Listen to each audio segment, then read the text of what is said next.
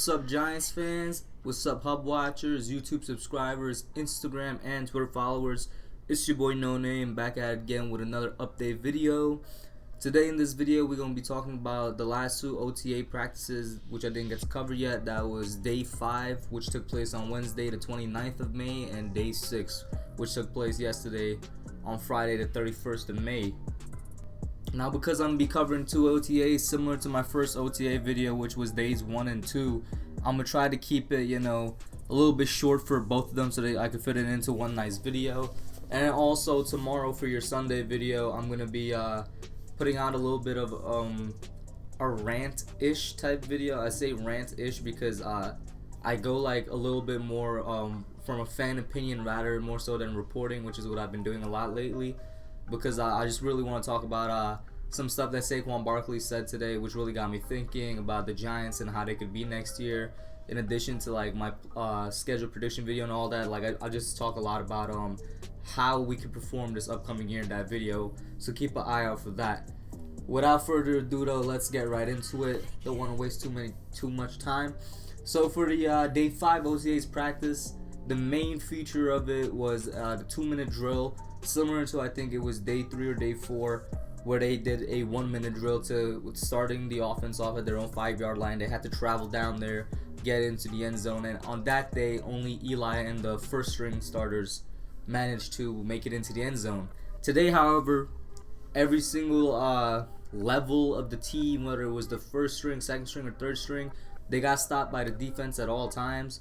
Eli couldn't make it down there. Daniel couldn't make it down there. Nobody could make it down there to the end zone, which is kind of weird because now you have more time. It's a 2-minute drill, and unlike the 1-minute drill where they started you off on your 6-yard line, they started them off at the 25-yard line here, so basically like a touchback.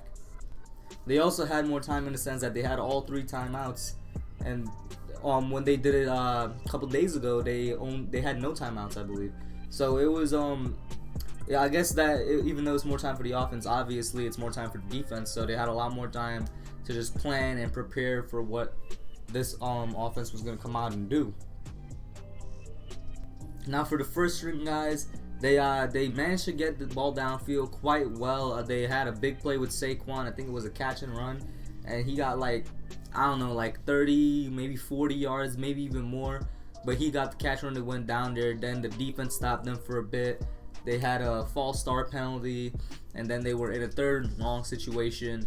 And instead of going deep downfield, Eli basically did sort of a check down to Benny Fowler, and he didn't really get all the way there. And then it was 4th down, and the defense stopped them. So they managed to get downfield, and then they basically struggled while they were in the red zone, which is something I worry about because last year, and even more so the year before than last year, we improved our red zone offense a lot this past season, but it has been a consistent problem for, say, the past 3 or 4 seasons now with the New York Giants offense, and I really don't want to see that come back. It was very minimal last year. I want to keep it that way to basically non-existent. I don't want to have red zone struggles again where we always drive the ball downfield. We manage to get in there, but we never score. We always have to defer to Aldrick Rosas to kick that field goal for us.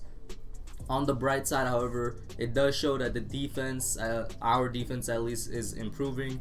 The secondary most definitely is improving. There's guys in here on this day that's shown, O'Shane Ximines and a couple of undrafted guys on the pass rush and the edge rush.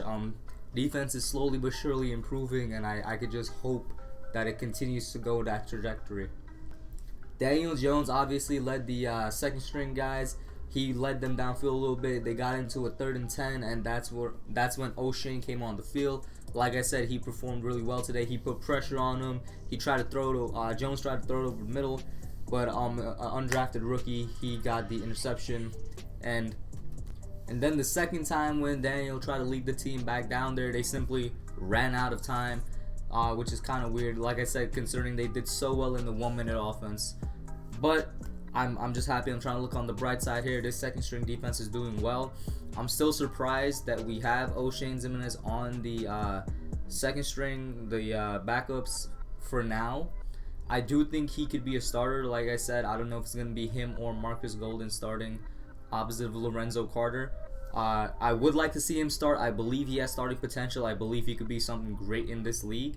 But if for right now they're keeping him there just to develop, I got no problem with it. I just want to see him start sooner rather than later. This guy has a lot of potential. He reminds me a lot of OCU Minura a little bit, both in the sense that they both come from small schools. They both are relatively unknown prospects and all that. They both have great motors, are fast, and they could just get to the quarterback. So I would like to see him start just so we could see him on field, see him wreak some havoc. This guy could be a really, really effective edge rusher.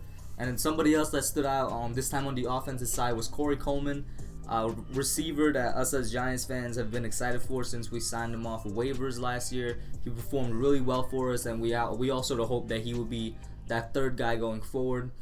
Obviously, with the signing of Tate, the comeback of Latimer from injury, and just trading Odell to Cleveland, it changed up things, shaked up things in the wide receiver locker room. But Coleman is out here trying to keep his spot. This is like his fourth or fifth team since he was a first round pick for Cleveland. I think he's motivated now more than ever to stay on this team. He had a big day, made a couple impressive catches. He had one really big catch for a touchdown.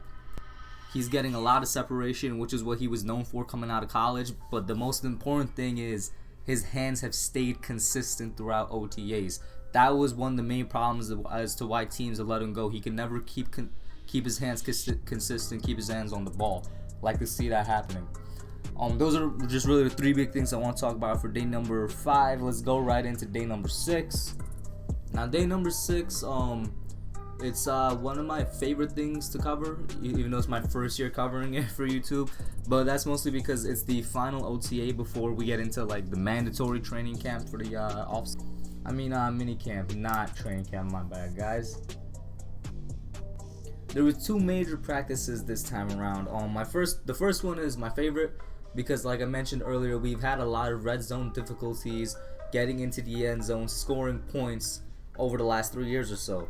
That was the first practice. It was a lot of red zone one-on-ones between the DBs and the wide receivers. And let me tell you something. The offense was extremely impressive during these drills. They came away with more touchdowns than, say, stalls or interceptions or just non-scoring plays than anything. They seem to live on the fade route during these drills. Benny Fowler, he had a slant for a touchdown. Corey Coleman, a fade route for a touchdown. Russell Shepard won another fade. Like, everybody was out here either catching slants or catching fades. Eli seemed to be on point with the precision in his passing. In general, the offense, one of the words I've been seeing the most in all of these articles talking about Giants OTAs with the offense is the precision with which they're ran, the execution that's happening. It's all coming together very nicely, very fast, very efficient. That's not to say that the defense is a complete no-show. Of course, they provided a challenge for Eli and the guys to go up against. They had a couple of good plays, a couple of stalls in the middle of the session. They had a couple of stops, but in general, if you were to give, say, a winner, a trophy to who came out with the better practice in this session, it would be the offense. Like I said, they were extremely impressive today. The second main practice they had today was what seems to be a favorite of them, a very frequent one, and that's the 2-minute drill. Unlike last time where they had 2 minutes, 4 seconds, all 3 timeouts and all that, this time the picture was you got 1 minute and 54 seconds left on the clock, 1 timeout, and you need a field goal, not necessarily a touchdown, to win the game. Start off at your own 25-yard line. Eli, once again, being the precision guy that he is, he's like out here throwing lasers, throwing dots. He was extremely impressive. The first team, they got the first down via Golden Tate and Eli. The very next play, he hits Shepard right down the sideline for a huge 20-yard gain. And then at the end, he drained out the clock because they were already in the red zone. So he's basically, he just drained out the clock, let the defense stress a bit, and they hit the field goal as Aldrich Rosas does. This execution, at least with the first team offense, is really amazing. I'm impressed by it. But we all have to keep it in context. I say this every time I do one of these reports. This is without pads. They're in their t-shirts and shorts. There's not much tackling allowed. There's a little bit of hand-to-hand fighting, but that's about it. In general, it's always good to keep context within these situations. We need to take our fan sunglasses off, take our Giants blinders off, and realize that it's still OTAs. There's still no tackling. There's still no pads involved. all of that to keep it in context. It would be great if they carry this over to the mandatory minicamp and all the training they're going to do in the summer. That's the main thing we can hope for, and it will be amazing if they carry that over into the regular season. Continuing on with Daniel Jones leading the second group, they had success also. His main target was Gary Dickinson, brought the ball down to the 33-yard line. After that big pass to Dickerson, my bad. After that big pass to Dickerson, there were just a couple of runs, couple of plays later, Jones has the team within the 5-yard line, and they run the clock out. They got their field goal. Similar success to Eli and the guys up in the first team. As for a couple of guys that had some really nice days out there today, Jabril Peppers and Tay Davis come to mind. I'm gonna be honest with y'all, I didn't know Tay Davis was still on the team. I'm surprised he wasn't cut at all. Relatively quiet guy, very average, below average player, but he had an interception on Eli over the middle. He could have returned it for a touchdown if that was allowed. And then Jabril Peppers was once again in the right place at the right time moment. I would give credit to Jenkins on this play, because there was a deflected pass from Eli that went into the hands of Peppers. Similar to the first day, I think it was Sam Beal that deflected the pass that went into the hands of Peppers. But I'm giving Jabril some credit here, mostly because if that were to happen in the game, he would be the one getting the credit on the stat line, on the stat sheet. But also because he's in the right place at the right time twice now. You don't do that by mistake. Jenkins is still doing his thing. He's definitely still one of the top 10 defensive backs in the league. Once again, just the secondary in general is really coming on. They're doing really well. Baker, we're not really hearing much about him, which is good a little bit, because he's not giving up big plays. He's coming up really well. He's keeping up with all these players on the first team, not committing any defensive penalties. So in a way, it's good that we're not hearing his name that much. Would I like him to have some more interceptions? Yes, I would, but that's not what he was known for in college. He was known for locking down his guys, and it seems to be that's what he's doing here.